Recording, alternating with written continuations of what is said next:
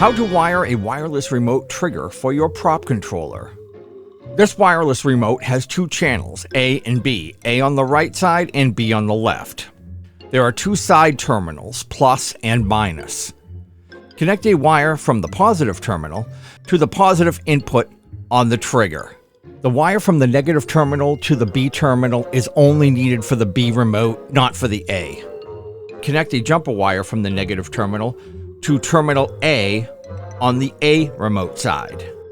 Connect a wire from terminal B to the trigger in.